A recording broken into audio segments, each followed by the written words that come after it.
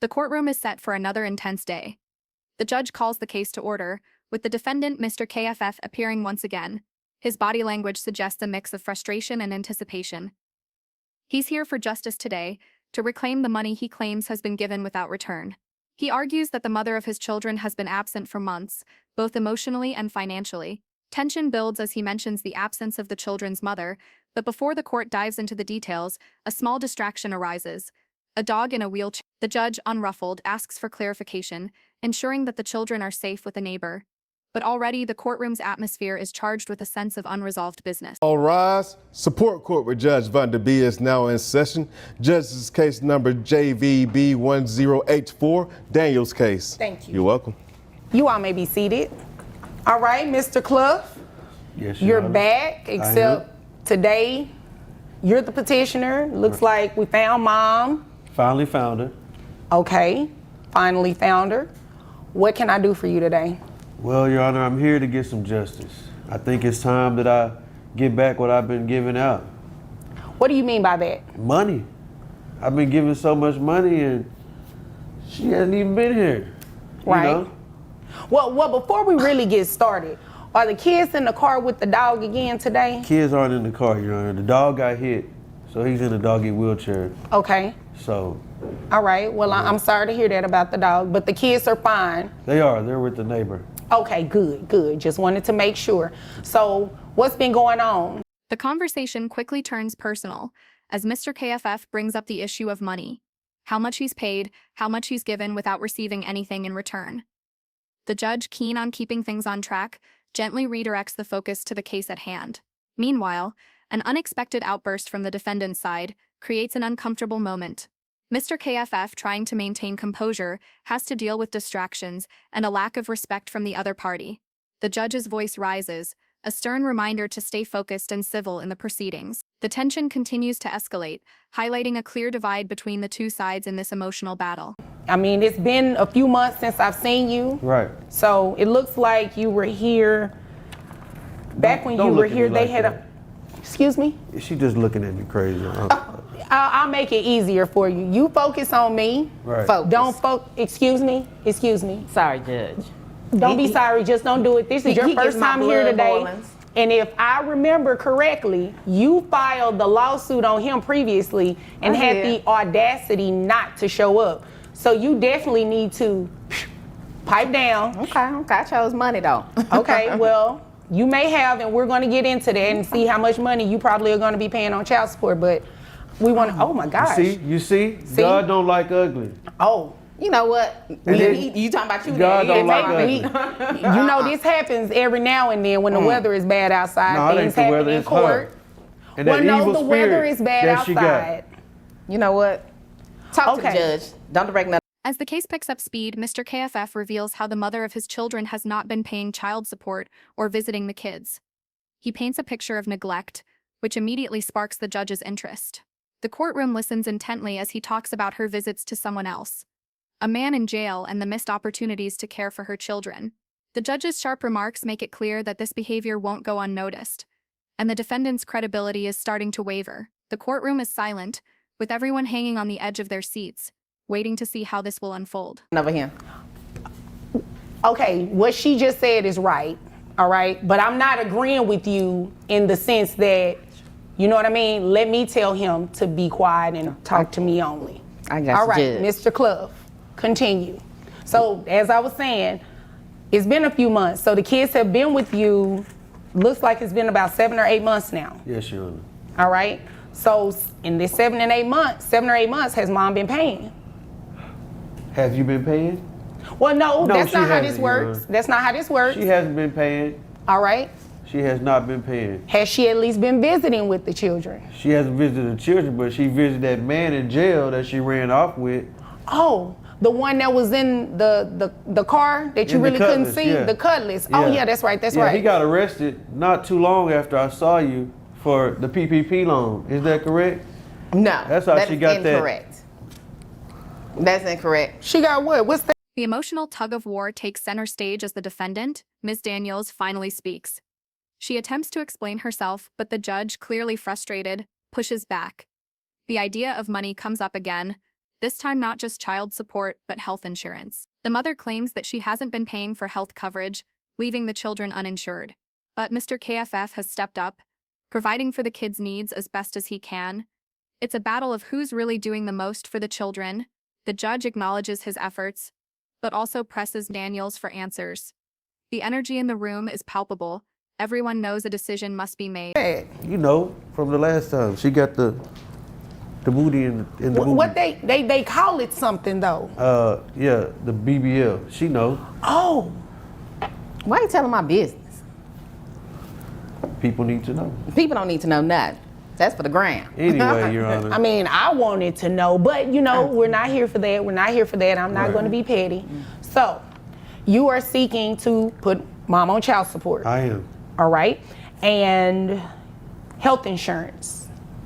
Who's covering? Well, I would assume she's not. Are you covering health insurance? Are they on Medicaid? What's going on? Well, I wasn't at first, but I got a promotion at work. All right, congratulations. I appreciate that. All right. And maybe a manager at the McDonald's, so I'm making a little bit more, and I was able to put 2 of the kids on insurance, but not all of them. Okay. Just can't cover that many. So. All right. So the other ones, what are they doing? Well, The courtroom shifts as the defendant gets personal, mentioning a life-changing encounter with a man who promised to change her world. The judge's impatience shows as he cuts through the excuses, demanding facts over stories. Daniels admits to having had financial ups and downs, but the judge presses for clarity. How much does she really make? How can she justify not supporting her children? The number game begins. She claims 6 figures in the bank, but the judge doesn't buy it. He's looking for truth, not exaggeration. With tensions high, it becomes clear this is no longer just about money. It's about accountability. other job kind of covers that as well. Okay. All right. So at least all of the children are insured. They are. All right. How much is that insurance total for the kids only? On McDonald's or the other job? No, just in total.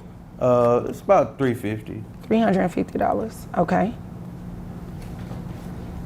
All right. Is there anything else you want me to know before I move over to her? I think that's about it, Your Honor. Just ready to hold her accountable. Okay. Boy. Okay, Miss Daniels. Yes, Judge. I'm sorry. Excuse me. Excuse me. Judge, I'm sorry. Are you here to be pretty, or are you here to tell me your side of the story as to why you shouldn't pay child support today? A little bit of both, Judge. But I'm not interested in whether you're here to be pretty or not. That has nothing to do with my ruling. You understand it, right? I do, Judge. All right. But so I should be let's pretty for you. Well, let's stick to the facts. The financial discussion grows intense. Miss Daniels, caught in the middle of her own admissions and contradictions, struggles to keep her story straight. The judge, exasperated, demands direct answers. The more she talks, the less she seems to know about her own finances. The courtroom listens as the judge pushes her to answer a simple question. How much do you make? She offers vague answers, and the judge calls her bluff. The numbers don't add up, and it's evident that Miss Daniels is out of her depth. The judge's stern gaze locks on her, signaling that her time is running out to make her case. I could care less how you look. Okay, Judge. Let's get to the facts. Please do. The fact and quickly, without all the extra. Not extra at all. The fact is, Judge, I had these children for 10 years before I put them on your doorstep. He was barely doing anything. That's why I petitioned the court, Judge. Okay, well, here's the deal. You petitioned. Yeah. He showed up. You He did. didn't. I I dismissed had an it. opportunity, Judge. Had to take it. Okay. And could you do me a favor? Could you, if you're going, I don't allow gum chewing, but if you don't have anywhere to put it, I would suggest Can I you swallow? at least.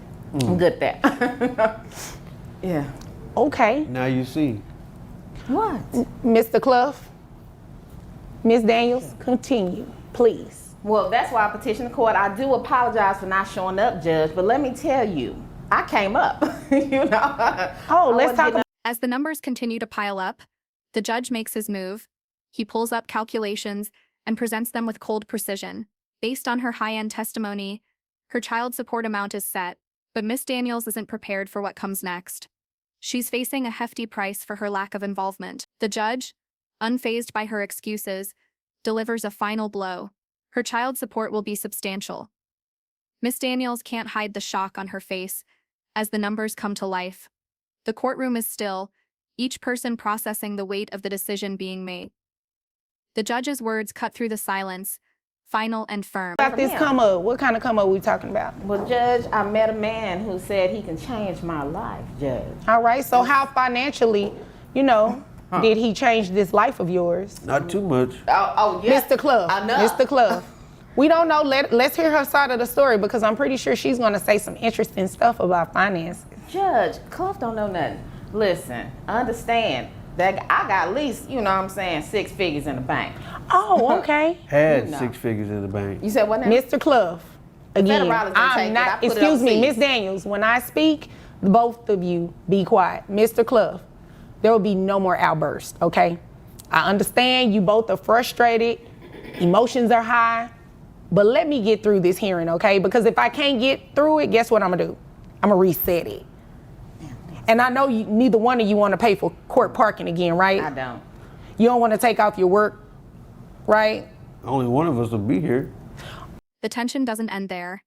Miss Daniels raises concerns about visitation, but the judge isn't having it.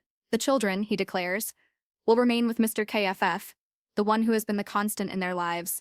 There's no room for negotiation. The emotional undercurrent intensifies as Miss Daniels, now confronted with the consequences of her actions, seems to realize just how far she's fallen from being the parent her children need.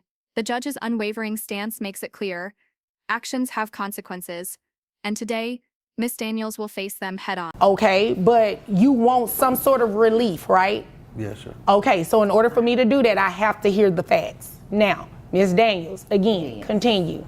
So, like I said, No, let me direct you really quick. You're getting ready to talk about these 6 figures you have in the bank. I do. All right, how much money we talking? We talking about, 300-400. You know what I'm saying? Bullshit. Sorry. I said no more outbursts. I was coughing. I'm sorry. It's true. It's your allergies. Yeah. Handle that. You Handle. need some tissue? No. No, thank you. Okay. Miss Daniels, that's what you have in the bank. How much money are you making annually? Well, it kind of just depends on the year and how many promotions I get, how many companies want to invest in me. So it just depends. Anywhere between. Miss Daniels, still reeling from the child support ruling, tries to fight back. She claims she can't get the children to school because she doesn't have a car, a bizarre admission considering her earlier statements. KFF wastes no time pointing out the contradictions in her story, and the judge, with a flicker of amusement, lets the absurdity hang in the air. The courtroom, sensing a moment of finality, waits for the judge's final word. Daniels, desperate to salvage something from the situation, has no choice but to bow to the inevitable. The judge, a master of authority, remains calm as he prepares to bring the case to a close. When are you going to answer my question? Judge, it's a difficult question for me. Because, sometimes I can have a promotion that's $500, or I can have a promotion that's $50,000 plus. So, Miss Daniels, you know I don't have a lot of time, right?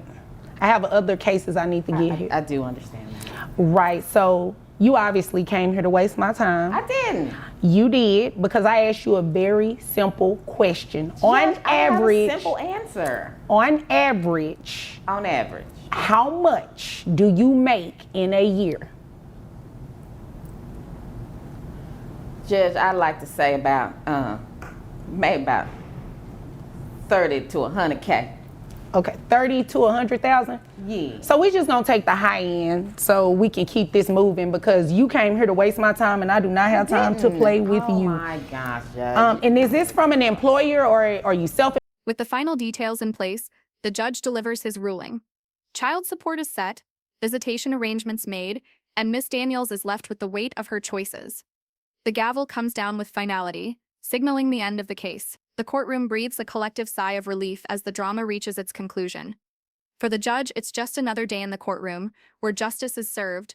No matter how messy the process may be, case dismissed, the judge announces, his voice firm, "Let's get back to business." And just like that, the courtroom empties, with everyone left to ponder the price of neglect.